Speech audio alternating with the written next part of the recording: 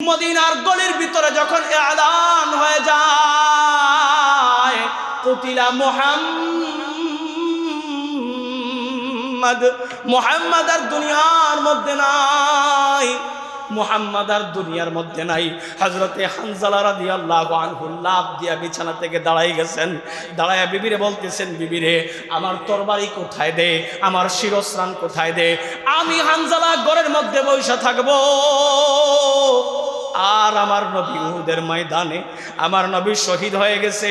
আমার নবী যদি দুনিয়ার মধ্যে না থাকে আর আমি হানজালা যদি বিবির সাথে বাসর করতেছি, আমার আল্লাহর এই চেহারা আমি কেমনে দেখাবো? বিবি ডাক দিয়ে বলে, ওগো আল্লাহর নবীর সাহাবী, শুধুমাত্র আপনি যে নবীকে ভালোবাসেন, আমি কি নবীকে ভালোবাসি না? আমিও নবীর জন্য পাগল, আমিও নবীর জন্য দেওয়ানা। যুদ্ধের ময়দানে আপনি যান, আমার কোনো আবদার নাই, আমার কোনো প্রতিবন্ধকতা নাই। যুদ্ধের ময়দানে আপনি যান, আমার কোনো কথা নাই। তবে কথা মাত্র একটা, যুদ্ধ করতে করতে যদি আপনি যুদ্ধের ময়দানে শহীদ হয়ে যান, তাইলে আপনার শরীর তো নাপাক। এই নাপাক শরীর নিয়ে আপনি কেমনে আল্লাহর সামনে দাঁড়াইবেন?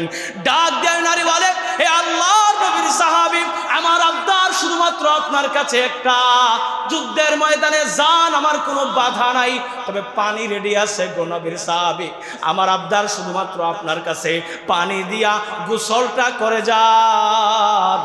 আমি আপনাকে আমার দায়িত্ব থেকে অব্যাহতি দিলাম।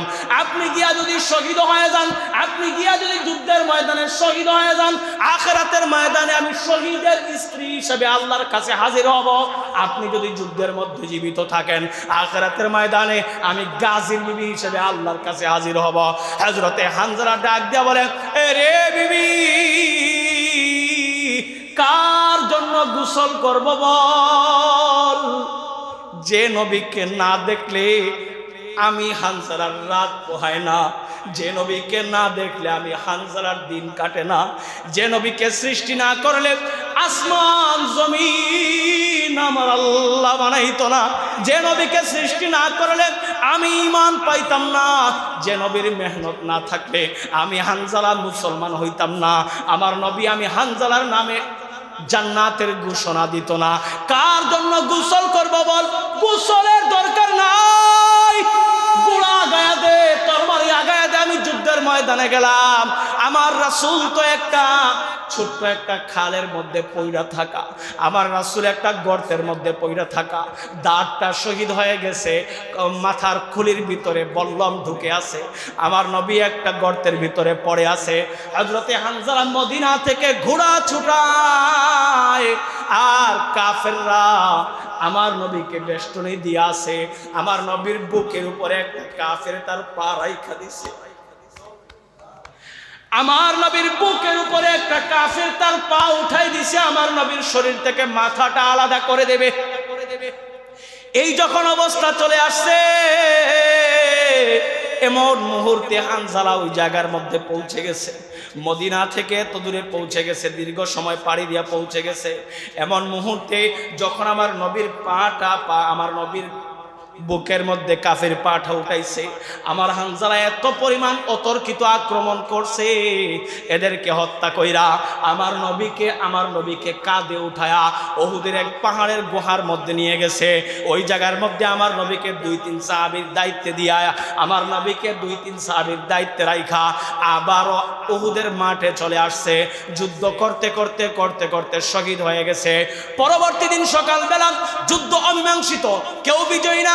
কাফেররাও কাফেরদের দিকে চলে গেছে, মুসলমানরা মুসলমানদের দিকে চলে আসছে। অনেক ঐতিহাসিকরা বলেন শেষ দিকে আল্লাহ তাআলা আবারও আসমানি ফেরেশতাদের সাহায্যে মুসলমানদেরকে বিজয় দান করছেন। যখন যুদ্ধ শেষ হয়েছে, পরবর্তী দিন সকালবেলা আমার রাসূল মুসলমানদেরকে ডাকছেন, ডাইকা আবু বকরকে বলতেছেন, আবু বকর, আমার সাহাবীরা কয়জন শহীদ হয়েছে খবর লাগাও। যারা শহীদ হয়েছে তাদেরকে আমরা দাফন দেব, কিন্তু গোসল করাবো না। এরা রক্ত মাখা জামা নিয়া দুনিয়া থেকে কবরের মধ্যে যাবে। আখিরাতের ময়দানে এই রক্ত মাখা জামা নিয়া যখন কবর থেকে উঠবে, এদের এক একজনের বিনিময়ে আমি আল্লাহ আমার কোটি কোটি উম্মত শাফাত কইরা জান্নাতে নিয়ে যাব। আল্লাহ রাসূলের কথায় শহীদ সাহাবীদেরকে এক জায়গায় জমায়েত করা হয়েছে।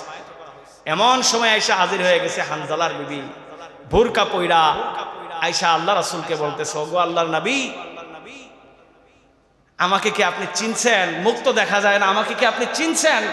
ওগো আল্লাহর নবী, আমি আপনার হানজালা, যাকে আপনি লাইলাতুল জুফাফ, বাসর বানানোর জন্য যাকে আপনি ছুটি দিয়ে আসছিলেন, ওগো আল্লাহর নবী, আমি তার বিবি। আপনার সাহাবী হানজালা গতকাল রাতে ঘর থেকে বের হয়ে চলে আসছে, কিন্তু তার শরীর ছিল নাপাক। যখন মদিনায় খবর পৌঁছাইছে আমার নবী দুনিয়াতে নাই, তখন সে ঘর থেকে বের হয়ে চলে আসছে, গোসল না করে আসছে। ওগো আল্লাহর নবী, আমার হানজালা যদি শহীদ হয়ে থাকে, আমার আবদার, সবাইকে আপনি গোসল ছাড়া দাফন দেন, আমার কোনো বাধা নাই, কিন্তু আমার স্বামী তো গাটা নাপাক। ওগো নবী, আমার স্বামীকে আপনি গোসল দিয়েন।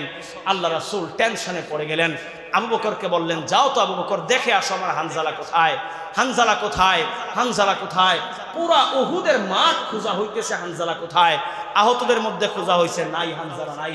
নিহতদের মধ্যে, মানে যারা শহীদ হয়ে গেছে তাদের মধ্যে খোঁজা হয়েছে, হানজালা নাই। যারা জীবিত আছে তাদের মধ্যে খোঁজা হয়েছে, হানজালা নাই। আল্লাহ রাসূল টেনশনে একদম শেষ।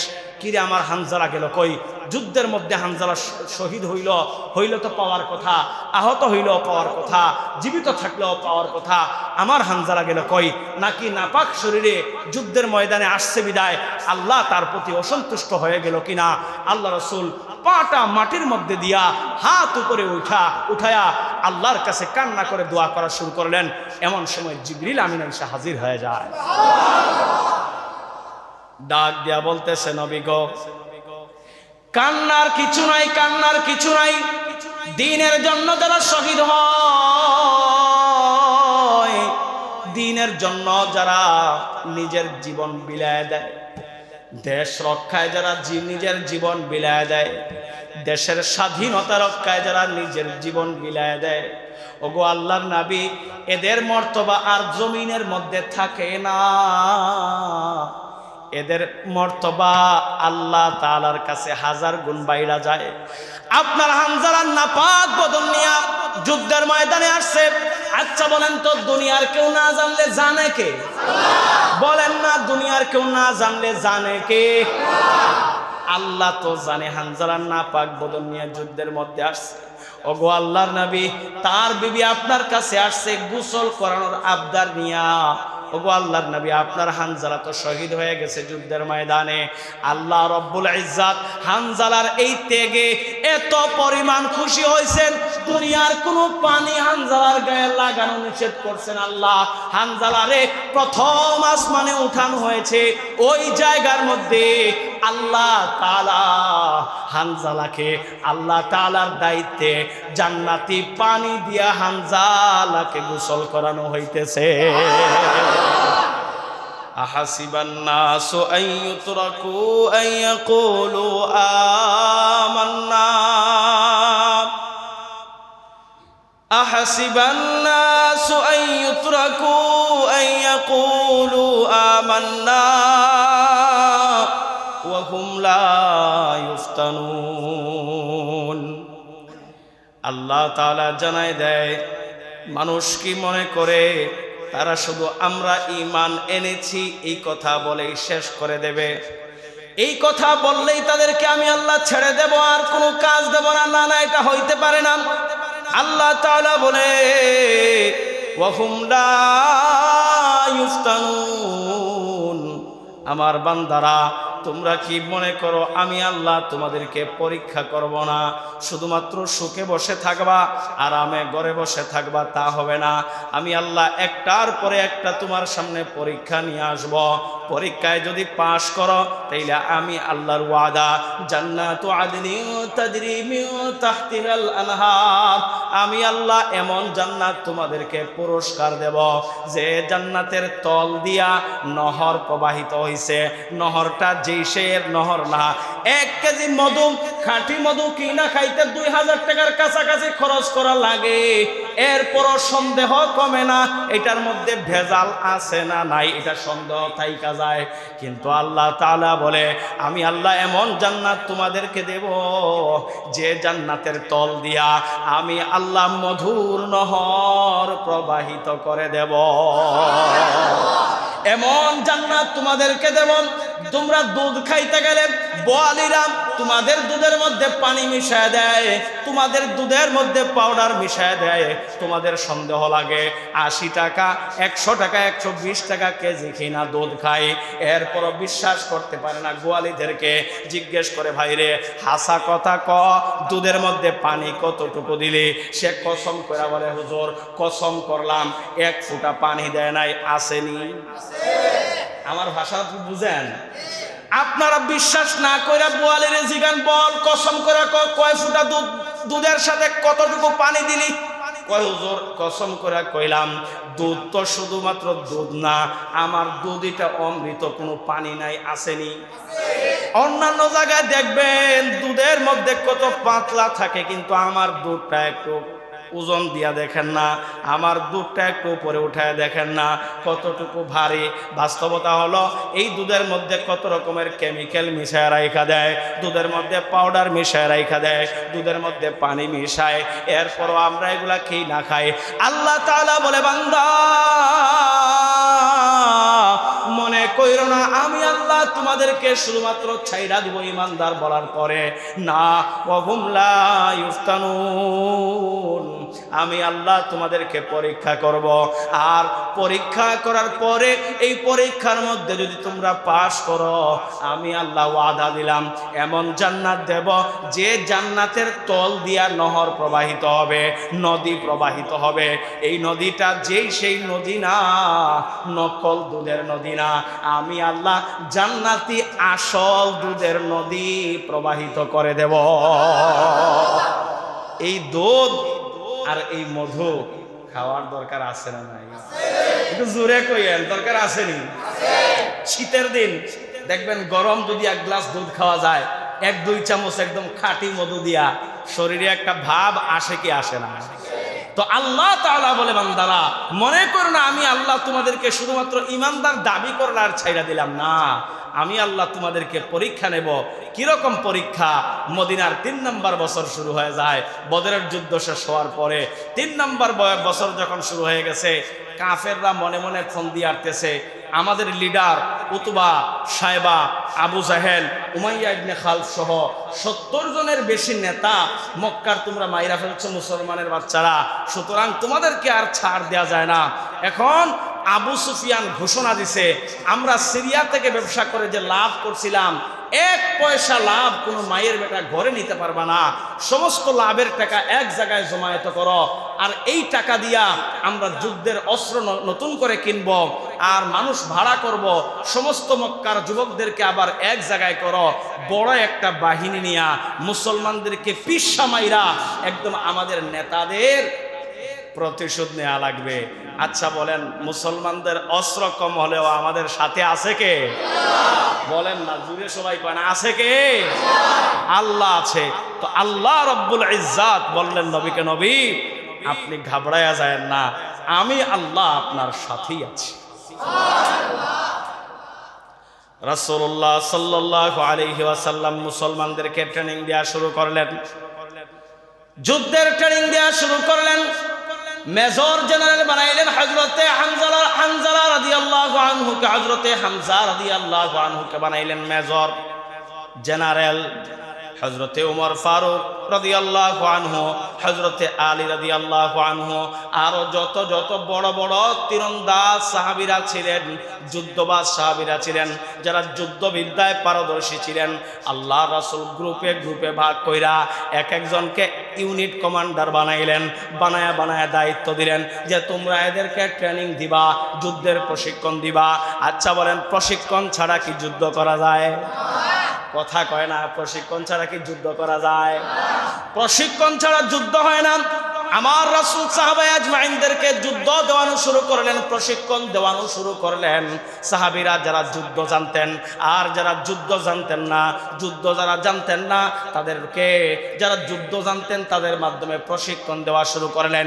এটা দেখা, বদরের হালত দেখা মুনাফিক নেতা আব্দুল্লাহ ইবনে উবাই খাইপা গেছে যে মুসলমানরা বদরের প্রান্তরে বিজয়ী হইয়া এখন তারা স্বতন্ত্র রাষ্ট্র গ্রহণ করে ফেলতেছে। এখন যদি মুসলমানদেরকে থামানো না যায় তাইলে তো মুসলমানরা মাথা উঁচা করে দাঁড়ায়া যাবে। আর মুহাম্মদ আরবে শুধু না পুরা বিশ্বের মধ্যে একক নেতা হয়ে যাবে। সুতরাং মুহাম্মদকে কিভাবে থামানো যায়? আব্দুল্লাহ ইবনে উবাই নাম মাত্র মুসলমান নাম নিয়া সে তলে তলে নিচে নিচে পিছে পিছে মুনাফিকদেরকে একত্রিত করে কিভাবে মুসলমানদেরকে নস্যাৎ করে দেয়া যায়।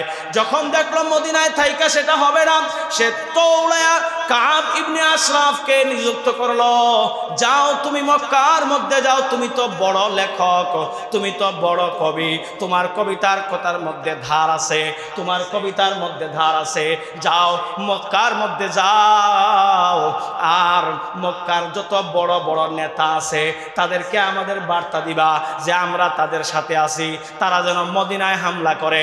তারা যদি মদিনায় হামলা করেন তাইলে আমরা আর ঘরে বসে থাকবো না, তাদের পক্ষ নিয়ে মদিনার যারা মুসলমান আছে তাদেরকে আমরা শেষ করবো না। আউযুবিল্লাহ বলেন। রাসূলুল্লাহ সাল্লাল্লাহু আলাইহি ওয়াসাল্লাম এই খবর পাইলেন কাব ইবনে আশরাফ মক্কার কাফেরদের সাথে গিয়া মিলিত হইছে।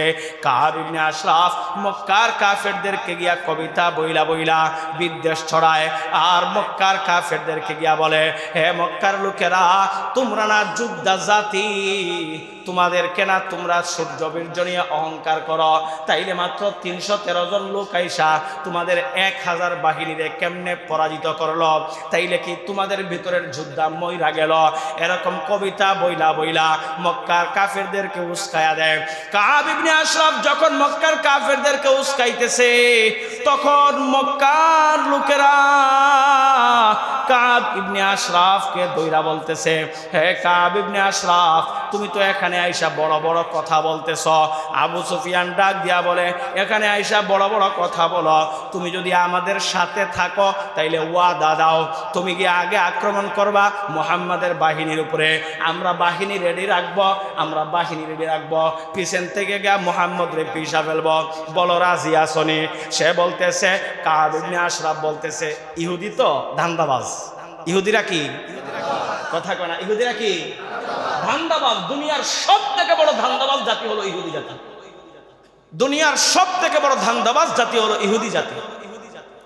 পৃথিবীর ইতিহাসে যত মানুষ আল্লাহ দুনিয়াতে পাঠাইছে, যত ধর্ম আল্লাহ দুনিয়াতে পাঠাইছে, সব থেকে ধান্দাবাজ জাতি হিসেবে ইহুদি জাতি। এরা দুনিয়ার কোনো জায়গায় অন্য জাতিরে সহ্য করতে পারলেও মুসলমানদেরকে সহ্য করতে পারে? বলেন না, মুসলমানদেরকে সহ্য করতে পারে? এজন্য আমেরিকার টুইন টাওয়ার, লিবার্টি টাওয়ার ধ্বংস করছে ওরাই, কিন্তু নাম ফালাইছে মুসলমানদের উপরে, নাম ফালাইছে তালেবানের উপরে, নাম ফালাইছে ওসামা বিন লাদেনের উপরে। এটার ফল তারা আমেরিকাতে এখনো ভোগ করতেছে, এটার ফসল তারা এখনো উঠাইতেছে। মুসলমানদেরকে কালপ্রিট বানাইছে, মুসলমানদেরকে জঙ্গি বানাইছে, মুসলমানদেরকে ধর্মবিদ্বেষী বানাইছে, মুসলমানদেরকে দুনিয়াবাসীর সামনে খারাপ হিসেবে উপস্থাপন করছে। আচ্ছা বলেন, মানুষ যদি খারাপ বলে, আল্লাহ যদি ভালো বলে, এটার মধ্যে পার্থক্য আছে না নাই? আল্লাহ ভালো বলবে যারে, জান্নাতে যাবে তারে, আল্লাহ জান্নাতে তারেই দেবে আল্লাহ তাআলা। আমরা জান্নাতে যাওয়ার জন্য তৈরি আছি ইনশাআল্লাহ। আওয়াজ করে বলেন না ইনশাআল্লাহ। তো কাব ইবনে আশরাফ যখন এই বিদ্বেষ ছড়াইতেছে, তখন মদিনার কাফেররা ডাইকা বলতেছে, আবু সুফিয়ান সহ সবাই, তোমরা কি আগে আক্রমণ করো মুসলমানদের উপরে, আমরা তোমাদের পিছে পিছে আছি। বলে না, আমরা যেহেতু ফ্যামিলি নিয়ে, পরিবার নিয়ে মদিনায় থাকি, আপনারা আগে আক্রমণ করেন, আপনাদের সহযোগিতা আমরা যা লাগে করব। বাটপাড়ির সিস্টেম হলো এটা। তো রাজি হয়েছে আবু সুফিয়ান যে মুসলমানদেরকে আমরা শেষ দেখে ছাড়বো। এখন কাব ইবনে আশরাফ আবার মদিনায় ফিরে আসছে, আইসা মুসলমানদের নামে এত পরিমাণ বিদ্বেষ ছড়াইতেছে যে বিদ্বেষের কোনো শেষ নাই। আল্লাহ রাসূল সাল্লাল্লাহু আলাইহি ওয়াসাল্লামকে মদিনার মুড়ে মুড়ে দাঁড়ায়া বকাবকি করে, মা নিয়ে তুলে বকাবকি করে, বাপ নিয়ে বকাবকি করে। আচ্ছা বলেন, রাসূলকে বকাবকি করলে মান সাব্বা নাবিয়ান ফাকতুলু, আল্লাহ জানায় দিয়েছেন, ওগো নবী, যে আপনাকে নিয়ে কুৎসা রটনা করবে, যে আপনাকে নিয়ে কুৎসা রটনা করবে, আপনাকে বকা দেবে, তাকে কতল করে ফেলতে হবে। সুবহানাল্লাহ বলেন। আল্লাহ জানাই দিয়েছেন, এটা আল্লাহ। কে জানাই দিয়েছেন? আল্লাহ জানাই দিয়েছেন। নবী বলতেছেন মুসলমানদেরকে ডাইকা, হ্যাঁ মুসলমানেরা, মান সাব্বা নাবিয়ান ফাকতুলু, তোমাদের পরওয়ারদিগার জানিয়ে দিয়েছেন, আমাদের পরওয়ারদিগার জানিয়ে দিয়েছেন, আমি নবীকে যে ব্যক্তি গালি দেবে এই ব্যক্তির শরীরে মাথা থাকবে না আলাদা করতে হবে? কথা বলেন না, শরীরে মাথা থাকবে না আলাদা করা লাগবে? বিধান কার? বলেন বিধান কার? আল্লাহ রাসূল মসজিদে নববীর মধ্যে ঘোষণা দিলেন, কে পারবা বলো? তো মুহাম্মদ ইবনে মাসলামা রাদিয়াল্লাহু আনহু দাঁড়িয়ে গেলেন আর বললেন, ওগো আল্লাহর নবী, সে রাষ্ট্রদ্রোহিতা করতেছে, সে আপনাকে গালি দিচ্ছে, যা মন চায় তা বলতেছে। আমি মুহাম্মদ ইবনে মাসলামা ওয়াদা করলাম, আমি কাব ইবনে আশরাফের শরীর থেকে তার মাথাটা আলাদা করে আইনা আপনার পায়ের মধ্যে রাখা দেব। রাসূল খুশি হয়ে গেলেন, রাসূল খুশি হয়ে গেলেন। কাব ইবনে আশরাফ কোথায় আছে? মুহাম্মদ ইবনে মাসলামা ঘর থেকে রাত্রিবেলা আল গুছে বের হয়েছেন, বের হইয়া কাব ইবনে আশরাফের বাড়ির সামনে গিয়ে আত্মগোপন করছেন। একদম রাত্রিবেলা আত্মগোপন করছেন। বাপের বেটা ঘর থেকে বের হ, আমার রাসূলকে নিয়ে বকাবাজি করবি, আমি তোকে ছাড় দিচ্ছি না। কাব ইবনে আশরাফের ঘর থেকে বের হওয়ার অপেক্ষায় আছেন মুহাম্মদ ইবনে মাসলামা। যখন সে সকালবেলা ঘর থেকে বের হয়েছেন, তার সামনে গিয়ে বলছেন, তুমি নাকি আমার নবীকে বকা দাও? বলে, হ্যাঁ বকা দিছি, কি করবা? এমনও কুলাঙ্গার আমাদের দেশেও আছে না নাই, যে আমার নবীকে বকা দেয়, আমার নবীর বাপ মা তুলে গালিগালাজ করে, এমনও লোক আমাদের দেশে আছে না নাই? তো কাব ইবনে আশরাফ বলতেছে, হ্যাঁ বকা দিছি, কি করবা?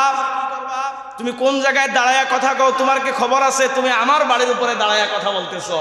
আমি যদি একটা ডাক দেই তাহলে আমার বংশের লোকেরা তোমারে আস্ত রাখবে না, তোমার শরীর থেকে তোমার প্রত্যেকটা অঙ্গ আমি মুহূর্তে আলাদা করে দিতে পারি। মুহাম্মদ ইবনে মাসলামা বললেন, সেটার সময় আর তুমি পাবা না। কোমর থেকে টান দিয়ে তরবারি খুললেন আর এক কূপে তার শরীর থেকে তার মাথাটা আলাদা করে দিলেন। আল্লাহ রাসূল সাল্লাল্লাহু আলাইহি ওয়াসাল্লাম মুহাম্মদ ইবনে মাসলামাকে বুকের মধ্যে জড়ায় নিলেন আর বললেন, নবীর বিপক্ষে দাঁড়ালে, নবীর বিপক্ষে দাঁড়ালে একটাই শাস্তি, নবীকে বকা দিলে একটাই শাস্তি, নবীর বিপক্ষে দাঁড়ালে একটাই শাস্তি, তার মাথা থাকবে না আলাদা করে দিতে হবে? আল্লাহ রাসূল বললেন, হ্যাঁ মুহাম্মদ ইবনে মাসলামা, আজকে থেকে পৃথিবীর শেষ দিন পর্যন্ত যারাই নবীর বিপক্ষে দাঁড়াবে, যারাই নবীর ইজ্জত নিয়ে খেলা করবে, যারাই নবীকে বকা দেবে, তাদের শাস্তি এটা। আর তাদেরকে যারা কতল করবে, আল্লাহ তাআলা তোমাকে তো আমার সাথে জান্নাতে রাখবে। আমি রাসূল ওয়াদা করলাম, এই নবীর বিপক্ষে যারা বিশুদ্ধার করবে, এদেরকে যারা কতল করবে, আল্লাহ তাআলা এদেরকে আমার সাথে জান্নাত দান করবে। আমরা আজকে থেকে নিয়ত করি, এটা আমার দল যেটাই হোক, আমার মত যেটাই হোক, আমরা একদিন বলেছি যে আমাদের পথ মত যেটাই হোক না কেন, রাজনৈতিক পরিচয় যেটাই হোক না কেন, আমাদের সব থেকে বড় পরিচয় আমরা মুসলমান। আওয়াজ করে বলতে হবে, কথা কোন ঠিক নেই? আমাদের মত পথ যেটাই হোক না কেন, আমাদের একটাই বড় পরিচয়, আমরা মুসলমান। আমার নবীকে নিয়ে বকা দিবা, আমার নবীকে গালি দিবা, কোরআন নিয়ে অসম্মান করবা, আমরা মুসলমানরা জীবিত থাকব, আর তোমার শরীরে মাথা থাকবে, তা হইতে পারে না। রাজনীতি আমাদের যেটাই হোক, আমাদের ব্যক্তি স্বাধীনতা থাকবে, কিন্তু আমার রাসূলকে নিয়ে বিশুদ্ধার করা যাবে। আল্লাহ কবুল করুক, আমিন বলেন। এখন তো কুরাইশরা তো দল গুছাই ফেলছে আবু সুফিয়ানের নেতৃত্বে। কিভাবে দল গুছাইছে? যে কুরাইশরা একে তো মক্কায় নেতৃত্ব সংকট, আর ওইদিকে কাব ইবনে আশরাফের কতল হয়ে গেছে। এখন কুরাইশদের তো মাথা নষ্ট, মক্কার কাফিরদের মাথা নষ্ট, কি করা যায়? আবু সুফিয়ানের মাথার মধ্যে রক্ত উঠে গেছে, সে দল গুছাইতেছে। পুরা মক্কার মধ্যে যত হাবশি গোলাম ছিল, পুরা মক্কার মধ্যে, আমার কথা কি আপনারা শুনতেছেন? হাতটা উপরে দেখান, হাতটা উপরে দেখান। নারায়ে তাকবীর, আরো আওয়াজ করে নারায়ে তাকবীর। আল কোরআনের আলো, আল হাদিসের আলো, নারায়ে তাকবীর। আপনারা এরকম সজাগ থাকেন। হ্যাঁ, কথাগুলো এখন গুরুত্বপূর্ণ কথা। আজকে কিছু কথা এমন আছে, যদি দিল থেকে শুনেন চোখ থেকে পানি আসবে। আল্লাহ রাসূলকে কতল করার জন্য কাফেররা আবু সুফিয়ানের নেতৃত্বে দল গুছাইতেছে, বাহিনী বানাইতেছে। পুরা মক্কার মধ্যে যত হাবশি গোলাম আছে, সমস্ত হাবশি গোলামদেরকে এক জায়গায় জমায়েত করে আবু সুফিয়ান বলল, আমি তোমাদের আজকে থেকে দায়িত্ব নিলাম, তোমরা সবাই মিলা যদি মুহাম্মদকে হত্যা করতে পারো তাইলে আমি আবু সুফিয়ান দায়িত্ব নিলাম, আমার সমস্ত সম্পদ বিক্রি কইরা হইলেও তোমাদের মালিকদেরকে টাকা দেব আর তোমাদেরকে আজাদ করে দেব। নাউজুবিল্লাহ। হাবশী গোলামদের একটা বৈশিষ্ট্য ছিল, এরা বর্ষা নিক্ষেপে বড় পারদর্শী ছিল, বর্ষা ওরা ভালো নিক্ষেপ করতে পারত। এমন হাবশী গোলাম 700 বের করছে ওরা। খুঁজা কয়শো? আরো আওয়াজ করে বলেন কয়শো? 700 বের করছে খুঁজা। পুরা মক্কা খুঁজা ওরা 300 তীরন্দাজ বের করছে, যারা একদম এক্সপার্ট, অত্যাধুনিক তীরন্দাজ, তীরন্দাজিতে একদম সেরা পুরা মক্কার মধ্যে। এরকম তীরন্দাজ ওরা পুরা মক্কা বাইচা বের করছে 300। তাহলে 700 আর 300 হইল কত? আরো আওয়াজ করে বলেন হইল কত? এখন আরো 2000 বাহিনী ওরা পুরা মক্কা মিল্লা বের করছে, ঘুড়সওয়ার, উটসওয়ার, পদাতিক বাহিনী বের কইরা 3000 সৈন্যের একটা বাহিনী বের করছে। ওরা কয় হাজার? 3000 সৈন্যের বাহিনী বের কইরা তারা উকাজ এবং মাজান্না বাজারে গিয়ে একত্রিত হয়েছে। কাবার ভিতরে তারা ঢুকছে। কাবার ভিতরে ঢুইকা দেখেন অমুসলিম হইলেও তারা কাবাকে সম্মান করত কিভাবে। কাবার ভিতরে ঢুইকা লাত এবং উজ্জার সামনে গিয়া সবাই উলঙ্গ হইছে। উলঙ্গ হইয়া একসাথে লাত এবং উজ্জাকে সামনে নিয়া তারা শপথ করছে, যতক্ষণ পর্যন্ত মুহাম্মদ এবং তার সাথী এবং তার ধর্মকে দুনিয়ার মাটি থেকে একদম ধূলিসাৎ করে দেয়া না যাবে ততক্ষণ পর্যন্ত আমরা ঘরে ফিরব না। নাউজুবিল্লাহ বলেন। আচ্ছা বলেন রাখে আল্লাহ? জোরে বলতে হবে রাখে আল্লাহ। ইসলামকে কোনো বাহিনী মিটাই দিতে পারে এমন শক্তি আছে? আমেরিকা 20 বছর যুদ্ধ করছে তাদের অত্যাধুনিক সৈন্য নিয়া, অত্যাধুনিক সমরাস্ত্র নিয়া। তালেবানকে 20 বছরে খতম করতে পারছে? 36 বছর রাশিয়া, পৃথিবীর বড় পরাশক্তি, 36 বছর তালেবানকে যুদ্ধ করছে, তালেবানের সাথে শেষ করতে পারছে? একটা ভাঙ্গা জাঙ্গা লক্কর ঝক্কর বাহিনী আল্লাহ তাআলা তাদেরকে এমন ভাবে বিজয় দান করছেন যে তাদের দূষররা প্লেনের ছাদে উঠেও পলাইতে বাধ্য হয়েছে। দেখেন নাই ভিডিওগুলা? ভিডিওগুলা দেখেন নাই? প্লেনের ছাদে উঠছে জান রক্ষা করার জন্য। বিজয় দিছেন কে? বলেন না, বিজয় দিছেন কে? আল্লাহ তাআলা বিজয় দিছেন। আমার রাসূল যখন খবর পাইলেন গোয়েন্দা মারফতে যে আবু সুফিয়ানের নেতৃত্বে কাফেররা 3000 সৈন্যের একটা বাহিনী নিয়ে মক্কা থেকে মদিনার দিকে আগায় আসতেছে, আমার রাসূল তো টেনশনে পড়ে গেলেন।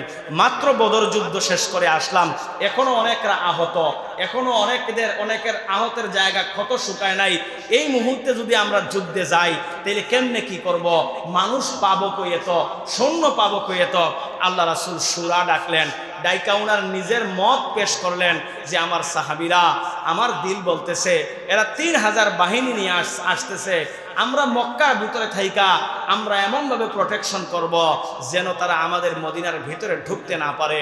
এমন সাহাবীরা ডাক দিয়া উঠে গেলেন, দাঁড়াইলেন, আর বললেন ওগো আল্লাহর নবী, এদেরকে যদি আমরা মদিনার আশপাশে আসতে দেই তাইলে ওরা আমাদেরকে ধূলিসাৎ করে দিবে, সুতরাং মদিনার আশপাশে এদেরকে আসতে দেওয়া যাবে না। আমরা মদিনা থেকে বের হইয়া উহুদের দিকে চলে যাব, উহুদ প্রান্তরে ওদেরকে নিয়ে যাব। উহুদ এলাকা এমন একটা এলাকা, পাহাড়ি এলাকা, পাহাড়ে আমরা আত্মগোপন করব, এমন এমন জায়গায় আত্মগোপন করব তীরন্দাজদের দ্বারা ওদেরকে চূড়াগুপ্তে আক্রমণ করে আমরা এদেরকে শেষ করে দেব। আল্লাহ রাসূল তার পরামর্শ গ্রহণ করলেন সাহাবায়ে আজমাইন। এখন মুনাফিক একজন আছে না নাই? কথা কয় না, শয়তান একটা পিছে আসেনি? সে গিয়া মুনাফিকের সর্দার আব্দুল্লাহ ইবনে উবাই ইবনে সালুলকে দিছে ইনজেকশন, ভালো ইনজেকশন একটা দিছে। সেও মশওয়ারায় ছিল, সে কিন্তু মুসলমান, নামে মুসলমান, উপরে উপরে মুসলমান, ভিতরে কিন্তু ইহুদি। ভিতরে কি? ভিতরে ভিতরে ইহুদি, হ্যাঁ, নামে মুসলমান। এখন সে বলতেছে, ইয়া রাসূলুল্লাহ, আপনার কোনো টেনশনের দরকার নাই, আমার হাতের মধ্যে 300 সৈন্য আছে যারা আপনার জন্য জান দিতে তৈরি, আপনি সামনে আগান, আমার বাহিনী আপনার সাথে আছে। এই আব্দুল্লাহ ইবনে উবাই ইবনে সালুল তার 300 সৈন্য সহ মুসলমানদের সৈন্য দাঁড়াইল 1000। মুসলমানদের সৈন্য কত? মুসলমানদের সৈন্য কত? আপনারা কি বিরক্ত হইতেছেন নি? তাইলে কি এই সিরিজ আলোচনা বাদ দিয়ে দিমুনি? কথা বুঝেন নাই?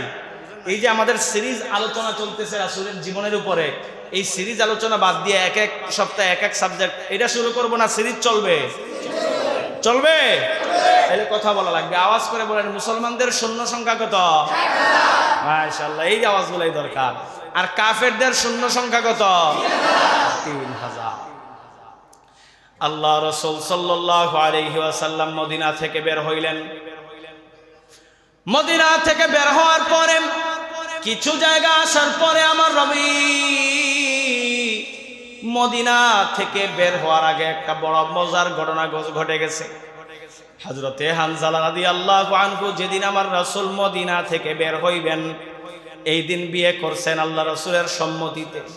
বিয়ে করার পরে হানজালা রাদিয়াল্লাহু আনহু যুদ্ধের সরঞ্জামে সজ্জিত হইয়া, যুদ্ধের সাজে সজ্জিত হইয়া আল্লাহ রাসূলের বাহিনীর সাথে চলে আসছেন।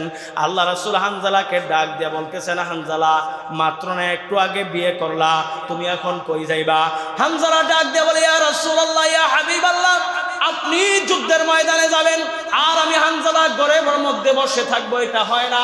ওগো আল্লাহর নবী, আমি বিবিরে নিয়ে ঘরের মধ্যে শুয়ে থাকবো আর আপনি যুদ্ধের ময়দানে কাফেরদের সামনে অস্ত্র নিয়ে যুদ্ধ করবেন আর আমি হানজালা ঘরের মধ্যে বসে থাকবো। ওগো নবী, এটা হইতে পারে না।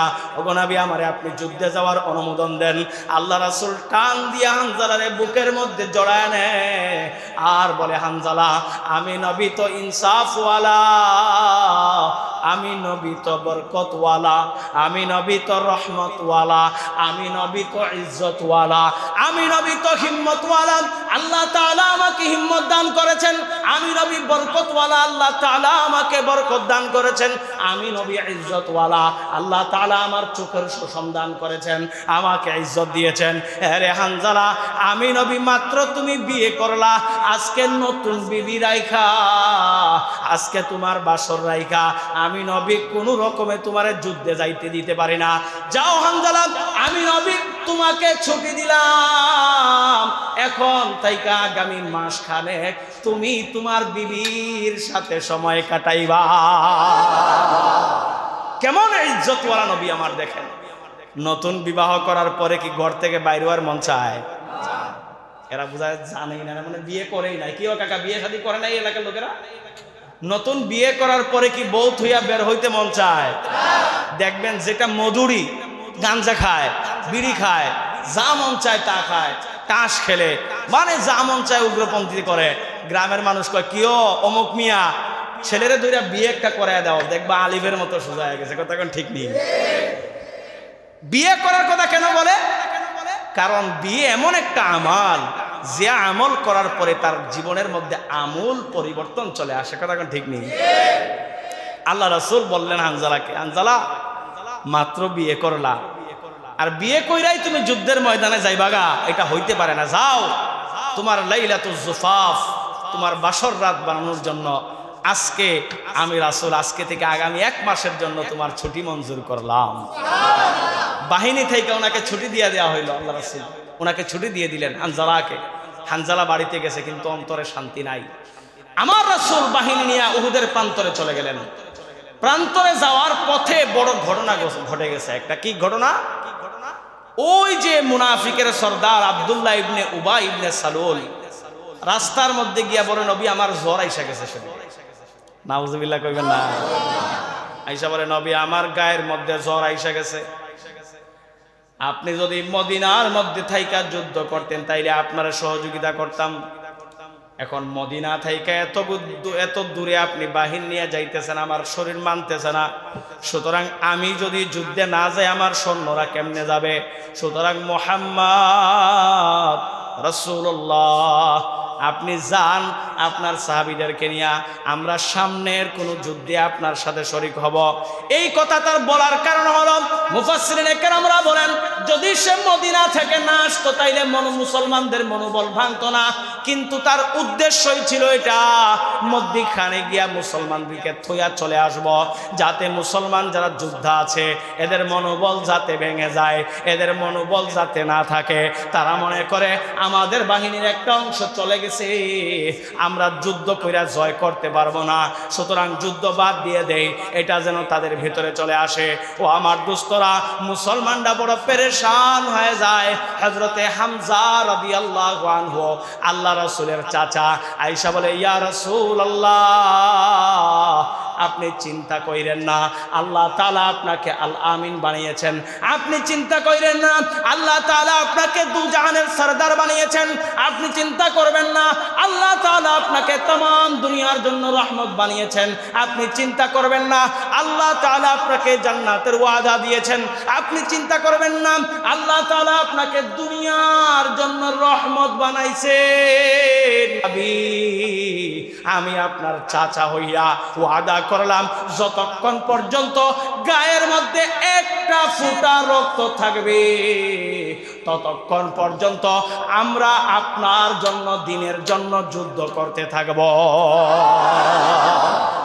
হামজা রাদিয়াল্লাহু আনহু সাহস দিন আল্লাহ রাসূলকে।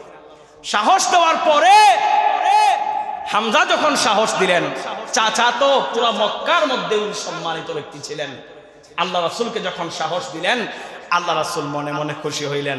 আর এই 700 বাহিনী নিয়ে উহুদের প্রান্তরে চলে গেলেন। উহুদের প্রান্তরে যাওয়ার পরে ওই জায়গায় যোদ্ধা সাহাবী যারা ছিলেন, যারা যুদ্ধবিদ্যায় পারদর্শী ছিলেন, আল্লাহ রাসূল তাদেরকে নিয়ে পরামর্শ করলেন যে কিভাবে কি করা যায়। মুসলমানরা পাহাড় বেষ্টনীতে এমন একটা জায়গায় আশ্রয় নিলেন, যে জায়গা থেকে ওই আগে যে প্ল্যান করে আসছিলেন যে আমরা ছোট ছোট দলে পাহাড়ের বিভিন্ন গুহায় আত্মগোপন করব, আর ওই জায়গা থেকে বের হইয়া অতর্কিত আক্রমণ কইরা কইরা কাফিরদেরকে আমরা ক্ষতিগ্রস্ত করব, এই সিস্টেম তারা বাস্তবায়ন করলেন। আল্লাহ রাসূল চিন্তা করলেন, আমার দিকে সবাই তাকান, নাইলে বুঝবেন না, আমার দিকে না তাকাইলে বুঝবেন না। মনে করেন এটা উহুদের পাহাড়, আমার দিকে সবাই তাকান।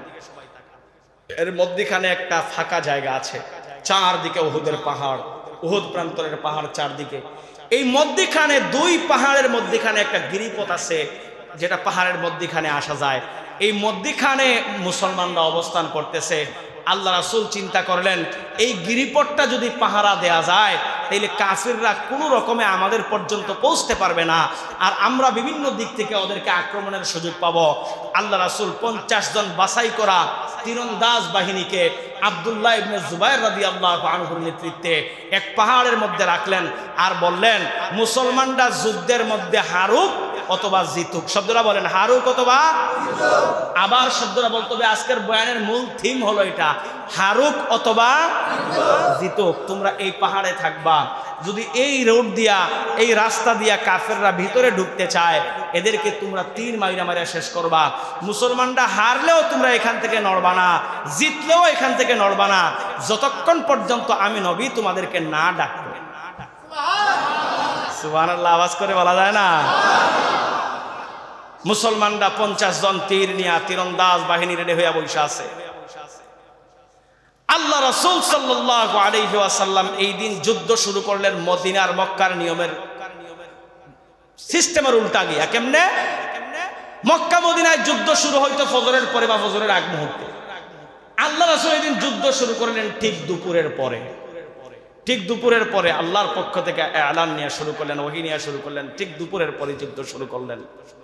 যুদ্ধ করতেছেন, এত পরিমাণ রণক্ষেত্র তৈরি হইল, এত পরিমাণ সংঘর্ষ তৈরি হইল, এত পরিমাণ সংঘর্ষ বাইজা গেল। দুপুর থেকে শুরু কইরা একদম মাগরিব পর্যন্ত মুসলমানরা যুদ্ধ লাগাতার করতে থাকলো। আর এমন ধাক্কা মুসলমানরা দিতে থাকলো, হামজা রাদিয়াল্লাহু আনহু এত পরিমাণ কচু কাটা করতে থাকলেন কাফিরদেরকে, যে যুদ্ধের প্রথমার্ধে মুসলমানদেরকে আল্লাহ তাআলা বিজয় দান করলেন। এমন বিজয় দান করলেন, কাফেররা পলাইতে বাধ্য হইল। এখন কাফেরদের মধ্যে এক জানবাজ যোদ্ধা ছিল খালিদ ইবনে ওয়ালিদ, যে ব্যক্তি পরবর্তীতে মুসলমান হয়েছিলেন, যাকে আল্লাহর তরবারি বলা হইতো। খালিদ সাইফুল্লাহ যাকে বলা হইতো, সাইফুল্লাহ তাকে উপাধি দিয়েছিলেন আল্লাহ রাসূল। এত পরিমাণ বড় যোদ্ধা ছিলেন। উনার যুদ্ধের ইতিহাসের সিস্টেম হলো এটা, উনার জীবনে কাফের থাকা অবস্থায়, মুসলমান হওয়া অবস্থায় উনার জীবনে কোনো যুদ্ধে উনি পরাজয় বরণ করেন। কথা কয় না? উনার জীবনে কোনো যুদ্ধে উনি পরাজয় বরণ করেন, কাফের থাকা অবস্থায় পরাজয় বরণ করেন নাই। ওই খালিদ ইবনে ওয়ালিদের বংশধর বর্তমানে আফগানিস্তানে বসবাস করে। আচ্ছা কোন যে আফগানিস্তানে খালিদ ইবনে ওয়ালিদের বংশধররা বসবাস করে, এই আফগানিস্তানকে কি হারানো সম্ভব? বলেন না, হারানো সম্ভব? এজন্য রাশিয়ারা 32 থেকে 36 বছর পর্যন্ত, আমেরিকা তাদের সমস্ত উন্নত প্রযুক্তি নিয়ে 20 বছর পর্যন্ত বম্বিং কইরাও আল্লাহর এই বাহিনীকে শেষ করতে পারে না। সুবহানাল্লাহ কইবেন না? দোস্তরা, এখন যখন মুসলমানরা প্রথমার্ধের বিজয় পেয়ে গেছে গা, এখন আল্লাহ রাসূলের কথা ছিল পাহাড়ে অবস্থানরত সাহাবীদেরকে, যে যুদ্ধের মধ্যে জয় হইলেও আসবা না, বিজয় হইলেও আসবা না, হাইরা গেলেও তোমরা এখান থেকে আসবা না, মনে আসেনি? এখন আব্দুল্লাহ ইবনে জুবায়ের যখন দেখলেন যে মাঠ থেকে ওই পাহাড়ের চিপায় থেকে নারায়ে তাকবীরের আওয়াজ আসতেছে, নারায়ে তাকবীর বলতেছে সাহাবীরা, কেউ আল্লাহু আকবার বলতেছে। এখন অন্যান্য সাহাবীরা আব্দুল্লাহ ইবনে জুবায়েরকে বলতেছে, ওগো আল্লাহর নবীর সাহাবী, আমরা তো যুদ্ধের মধ্যে জয় পেয়ে গেছি, তাইলে আর এখানে থাকার কি দরকার? আব্দুল্লাহ ইবনে জুবায়ের ডাক দিয়া বললেন, আমার নবী বলেছেন হারলেও এখানে, জিতলেও, বলেন না, হারলেও এখানে, জিতলেও, সুতরাং এখান থেকে নড়া যাবে না। তারা ডাক দিয়া বললেন, ওগো আল্লাহর নবীর সাহাবী, যুদ্ধের মধ্যে জয় পেয়ে গেছি, আর মনে হয় না এখানের মধ্যে আমাদের থাকার দরকার আছে। এমন মুহূর্তে সন্ধ্যার অন্ধকার নেমে আসতেছে, সন্ধ্যার অন্ধকার নেমে আসতেছে। এই 50 জন সাহাবীর মধ্যে 40 জন কথার অমান্য কইরা যুদ্ধ বিজয় উদযাপন করার জন্য মাঠের মধ্যে চলে গেছেন। ওই গিরিখাত ছাইরা দিয়া ওই বাহিনীর সাথে গিয়া মিল্লা গেছেন, আল্লাহ রাসূলের সাহাবীদের কাছে চলে গেছেন। যখনই এখানে গেছেন, ওই যে যোদ্ধা খালিদ ইবনে ওয়ালিদ, তখনও তিনি মুসলমান হন নাই। উনি কয়েকশো কাফেরদেরকে নিয়ে পাহাড়ের পিছনে অবস্থান করতেছিলেন। উনি যখন দেখলেন মুসলমানরা এই জায়গা থেকে সইরা গেছে, আহারে সুযোগটাকে এমনভাবে কাজে লাগাইলেন, মুসলমানদের উপরে ঘোড়া এমনভাবে ছুটাইলেন, পরে কয়েকশো কাফেরদেরকে নিয়ে মুসলমানদের বুকের ভিতরে ঢুকে গেলেন। খালিদ ইবনে ওয়ালিদ বলেন, উনি যখন মুসলমান হয়েছিলেন, উনি বলতেছেন কান্না করে করে, আমার একমাত্র টার্গেট ছিল মুহাম্মাদুর রাসূলুল্লাহর শরীর থেকে মাথাটা আলাদা করে দেয়া। আমার টার্গেট ছিল মুহাম্মাদুর রাসূলুল্লাহর শরীর থেকে মাথাটা আলাদা করে দেয়া। সুতরাং আমি কয়েকজনকে নিযুক্ত করলাম, তোমরা যেমনি পারবা মুহাম্মাদের উপরে আক্রমণ করবা। আমি এমনভাবে মুসলমানদের বুহভেদ করলাম, তাদের একের পর এক সৈন্যকে হত্যা করতে থাকলাম, একের পর এক সৈন্যকে হত্যা করতে থাকলাম। আচ্ছা বলেন, শয়তান একজন আসেনি? জোরে বলা লাগবে, শয়তান একজন আসেনি? এই দিন শয়তান কাফেরদের পক্ষে বড় একটা ভূমিকা রাখছে। কি ভূমিকা? পুরা দুনিয়ার যত মুসলমানরা ছিলেন, বিশেষ করে মদিনার অলিতে গলিতে এলান করার সিস্টেম ছিল। এখন মনে করেন আমরা কোনো জিনিস যদি এলান করতে যাই, তাইলে মাইকে আওয়াজ দেই। মদিনার এলানের সিস্টেম ছিল কি? ঢোল মারা হইতো, ঢোল মারা হইতো। ঢোল মারার পরে মানুষেরা ঘর থেকে বের হয়ে আসতো, আর মানুষেরা কি এলান দেয় এটা শোনা হইতো। মদিনায় মানুষের বেশ দইরা আর চলে গেছে শয়তান ওই জায়গার মধ্যে, ঢোল হাতে নিয়া এলান করতেছে, কুতিলা মুহাম্মদ, হে মদিনাবাসীরা, তোমরা যার উপর ঈমান আনছো, হে মদিনাবাসীরা, তোমরা যার উপর ঈমান আনছো, এই মুহাম্মদ, কুতিলা মুহাম্মদ, মুহাম্মদ আর দুনিয়ার মধ্যে নাই, মুহাম্মদকে হত্যা করে ফেলা হয়েছে। আরে মদিনার মুসলমানরা যখন এলান শুনছে, কান্না করতে করতে মুসলমানরা ঘর থেকে বের হয়ে আসছে, কান্না করতে করতে মুসলমানরা বের হয়ে আসছে। তখন মধ্যরাত হয়ে গেছে, মদিনার গলিতে গলিতে এলান করতেছে শয়তান, কুতিলা মুহাম্মদ, মুহাম্মদকে হত্যা করে ফেলা হয়েছে। আর ওই দিকের ময়দানের অবস্থা কি? হযরতে তালহা রাদিয়াল্লাহু আনহু আয়েশা আল্লাহ রাসূল সাল্লাল্লাহু আলাইহি ওয়াসাল্লামের সামনের মধ্যে, জুবাইর রাদিয়াল্লাহু আনহা আয়েশা আল্লাহ রাসূলের সামনের মধ্যে দাঁড়ায় গেছে, একদম দেয়ালের মতো দাঁড়ায় গেছে, আর বলতেছে, ওগো নবী, আপনার কোনো চিন্তা নাই, যত এলান হইতে আসতে পারে, যত তীর আসতে পারে, যত বল্লম আসতে পারে, যত তরবারির আঘাত আসবে, আগে আমাদেরকে ভেদ কইরা এরপরে আপনার গায়ে যাওয়া লাগবে। হযরতে তালহা রাদিয়াল্লাহু আনহু যেদিক থেকে তীর আসে তালহা তার বুকটা পাইতা দেয়, যেদিক থেকে তীর আসে জুবায়ের তার বুকটা পাইতা দেয়, যেদিক থেকে বল্লম আসে তালহা তার বুকটা পাইতা দেয়, যেদিক থেকে তীর আসে বল্লম আসে তালহা জুবায়ের তাদের বুকগুলা পাইতা দেয়। আর বলে ইয়া রাসূলুল্লাহ, এই এক একটা তীরের বদলা বলেন না, ওয়াদা করেন না আখিরাতের ময়দানে আপনি আল্লাহর কাছ থেকে নিয়ে দিবে।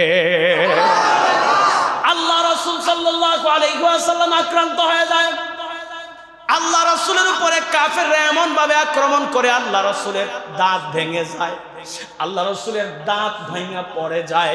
আর কাফেররা এত পরিমাণ অতর্কিত হামলা করে আল্লাহ রাসূলের মাথার মধ্যে যে শিরস্ত্রাণ ছিল, শিরস্ত্রাণ ভাঙা আমার রাসূলের মাথার খুলির ভিতরে ঢুকে যায়।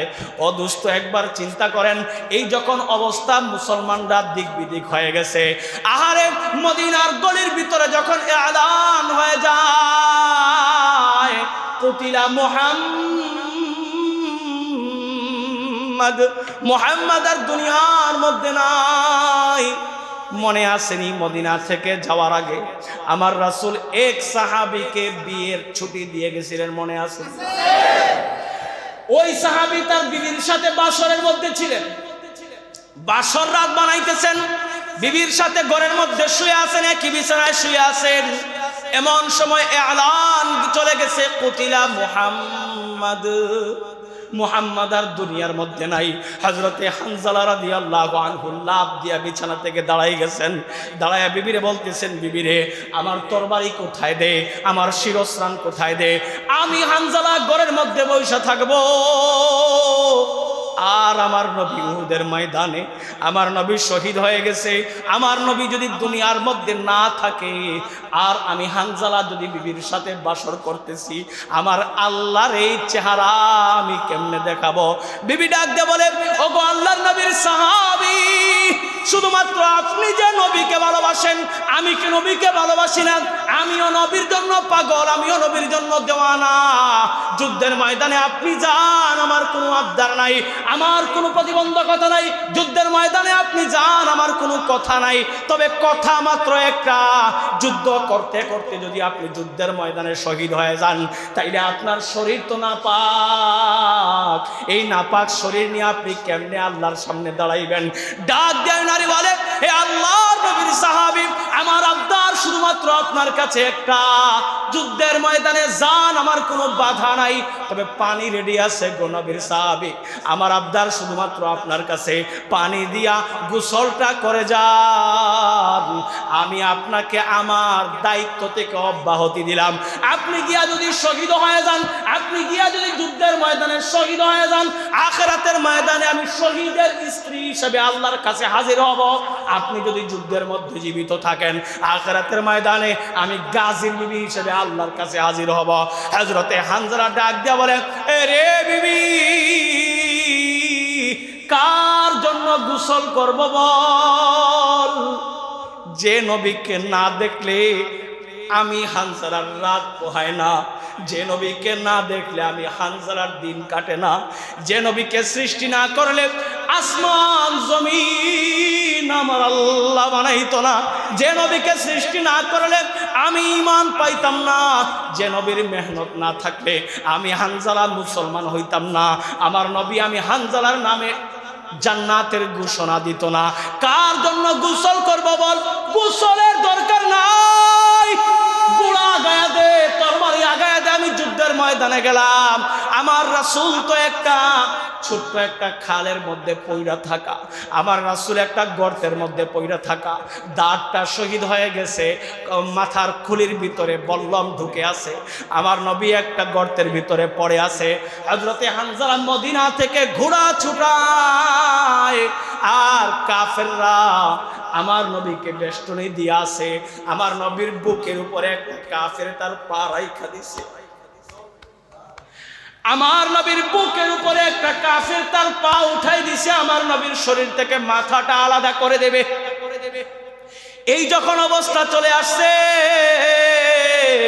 এমন মুহূর্তে হানজালা ওই জায়গার মধ্যে পৌঁছে গেছে।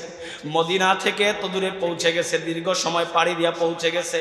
এমন মুহূর্তে যখন আমার নবীর আমার নবীর বুকের মধ্যে কাফের পাঠা উঠাইছে, আমার হানজালা এত পরিমাণ অতর্কিত আক্রমণ করছে, এদেরকে হত্যা কইরা আমার নবীকে কাঁধে উঠায়া উহুদের এক পাহাড়ের গুহার মধ্যে নিয়ে গেছে। ওই জায়গার মধ্যে আমার নবীকে 2-3 সাহাবীর দায়িত্বে দিয়া, আমার নবীকে 2-3 সাহাবীর দায়িত্বে রাইখা আবারও উহুদের মাঠে চলে আসছে। যুদ্ধ করতে করতে করতে করতে শহীদ হয়ে গেছে। পরবর্তী দিন সকালবেলা যুদ্ধ অমীমাংসিত, কেউ বিজয়ী না। কাফেররাও কাফেরদের দিকে চলে গেছে, মুসলমানরা মুসলমানদের দিকে চলে আসছে। অনেক ঐতিহাসিকরা বলেন শেষ দিকে আল্লাহ তাআলা আবারও আসমানি ফেরেশতাদের সাহায্যে মুসলমানদেরকে বিজয় দান করছেন। যখন যুদ্ধ শেষ হয়েছে, পরবর্তী দিন সকালবেলা আমার রাসূল মুসলমানদেরকে ডাকছেন, ডাইকা আবু বকরকে বলতেছেন, আবু বকর, আমার সাহাবীরা কয়জন শহীদ হয়েছে খবর লাগাও। যারা শহীদ হয়েছে তাদেরকে আমরা দাফন দেব, কিন্তু গোসল করাবো না। এরা রক্ত মাখা জামা নিয়া দুনিয়া থেকে কবরের মধ্যে যাবে। আখিরাতের ময়দানে এই রক্ত মাখা জামা নিয়া যখন কবর থেকে উঠবে, এদের এক একজনের বিনিময়ে আমি আল্লাহ আমার কোটি কোটি উম্মত শাফাত কইরা জান্নাতে নিয়ে যাব। আল্লাহ রাসূলের কথায় শহীদ সাহাবীদেরকে এক জায়গায় জমায়েত করা হয়েছে। এমন সময় আয়েশা হাজির হয়ে গেছে, হানজালার বিবি বুরকা পইরা আয়েশা আল্লাহ রাসূলকে বলতেছে, ওগো আল্লাহর নবী, আমাকে কি আপনি চিনছেন? মুখ তো দেখা যায় না, আমাকে কি আপনি চিনছেন? ওগো আল্লাহর নবী, আমি আপনার হানজালা, যাকে আপনি লাইলাতুল জুফাফ বাসর বানানোর জন্য যাকে আপনি ছুটি দিয়ে আসছিলেন, ওগো আল্লাহর নবী, আমি তার বিবি। আপনার সাহাবী হানজালা গতকাল রাতে ঘর থেকে বের হয়ে চলে আসছে, কিন্তু তার শরীর ছিল নাপাক। যখন মদিনায় খবর পৌঁছাইছে আমার নবী দুনিয়াতে নাই, তখন সে ঘর থেকে বের হয়ে চলে আসছে, গোসল না করে আসছে। ওগো আল্লাহর নবী, আমার হানজালা যদি শহীদ হয়ে থাকে, আমার আবদার সবাইকে আপনি গোসল ছাড়া দাফন দেন, আমার কোনো বাধা নাই, কিন্তু আমার স্বামী তো গাটা নাপাক। ওগো নবী, আমার স্বামীকে আপনি গোসল দিয়েন। আল্লাহ রাসূল টেনশনে পড়ে গেলেন। আবু বকরকে বললেন, যাও তো আবু বকর, দেখে আসো আমার হানজালা কোথায়, হানজালা কোথায়, হানজালা কোথায়। পুরা উহুদের মাঠ খোঁজা হইতেছে, হানজালা কোথায়। আহতদের মধ্যে খোঁজা হয়েছে, নাই, হানজালা নাই। নিহতদের মধ্যে, মানে যারা শহীদ হয়ে গেছে তাদের মধ্যে খোঁজা হয়েছে, হানজালা নাই। যারা জীবিত আছে তাদের মধ্যে খোঁজা হয়েছে, হানজালা নাই। আল্লাহ রাসূল টেনশনে একদম শেষ। কিরে আমার হানজালা গেল কই? যুদ্ধের মধ্যে হানজালা শহীদ হইল তো পাওয়ার কথা, আহত হইল পাওয়ার কথা, জীবিত থাকলেও পাওয়ার কথা, আমার হানজালা গেল কই? নাকি নাপাক শরীরে যুদ্ধের ময়দানে আসছে বিদায় আল্লাহ তার প্রতি অসন্তুষ্ট হয়ে গেল কিনা? আল্লাহ রাসূল পাটা মাটির মধ্যে দিয়া হাত উপরে উঠায়া আল্লাহর কাছে কান্না করে দোয়া করা শুরু করলেন। এমন সময় জিবরিল আমিন এসে হাজির হয়ে যায়। ডাক দিয়া বলতেছে, নবী গো, কান্নার কিছু নাই, কান্নার কিছু নাই। দ্বীনের জন্য যারা শহীদ হয়, দ্বীনের জন্য যারা নিজের জীবন বিলায় দেয়, দেশ রক্ষায় যারা নিজের জীবন বিলায় দেয়, দেশের স্বাধীনতা রক্ষায় যারা নিজের জীবন বিলায় দেয়, ওগো আল্লাহর নবী, এদের মর্তবা আর জমিনের মধ্যে থাকে না। এদের মর্তবা আল্লাহ তাআলার কাছে 1000 গুণ বাইরা যায়। আপনার হানজালা নাপাক বদন নিয়া যুদ্ধের ময়দানে আসছে। আচ্ছা বলেন তো, দুনিয়ার কেউ না জানলে জানে কে? বলেন না, দুনিয়ার কেউ না জানলে জানে কে? আল্লাহ তো জানে। হানজালার নাপাক বদন নিয়ে যুদ্ধের মধ্যে আসছে। ওগো আল্লাহর নবী, তার বিবি আপনার কাছে আসছে গোসল করানোর আবদার নিয়া। ওগো আল্লাহর নবী, আপনার হানজালা তো শহীদ হয়ে গেছে যুদ্ধের ময়দানে। আল্লাহ রব্বুল ইজ্জাত হানজালার এই ত্যাগে এত পরিমাণ খুশি হয়েছেন, দুনিয়ার কোনো পানি হানজালার গায়ে লাগানো নিষেধ করছেন আল্লাহ। হানজালারে প্রথম আসমানে উঠানো হয়েছে। ওই জায়গার মধ্যে আল্লাহ তাআলা হানজালাকে, আল্লাহ তাআলার দায়িত্বে জান্নাতি পানি দিয়া হানজালাকে গোসল করানো হইতেছে। ও দুষ্ট, দেশের জন্য যারা প্রাণ দেয়, দেশের জন্য যারা যারা জীবন বিলায়, ইসলামের জন্য যারা জীবন বিলায়, দেশের সার্বভৌমত্ব রক্ষায় যারা জীবন বিলায়, এরা মরে না। এরা কি হয় না? আওয়াজ করে বলেন, এদের মৃত্যু হয় না। দেশের জন্য যারা জীবন দেয়, সার্বভৌমত্ব রক্ষায় যারা জীবন দেয়, এদের মৃত্যু হয় না। এদের দরজা আল্লাহর কাছে হাজার গুণ বাইরা যায়। ও দোস্ত, আমাদের মা মাটি এই স্বাধীনতাকে রক্ষা করার জন্য, ভারতীয় আধিপত্যবাদকে নস্যাৎ করে দেওয়ার জন্য, আমাদের এই স্বাধীন সার্বভৌমত্ব রাষ্ট্রের সব কিছুকে ঠিক রাখার জন্য, এই মা মাটির সংগ্রামের জন্য আমাদেরকে যদি জীবন বিলাইতে হয়, রাজি আছেন তো ইনশাআল্লাহ? আল্লাহ আমাদের তৌফিক দান করুক, আমিন বলেন।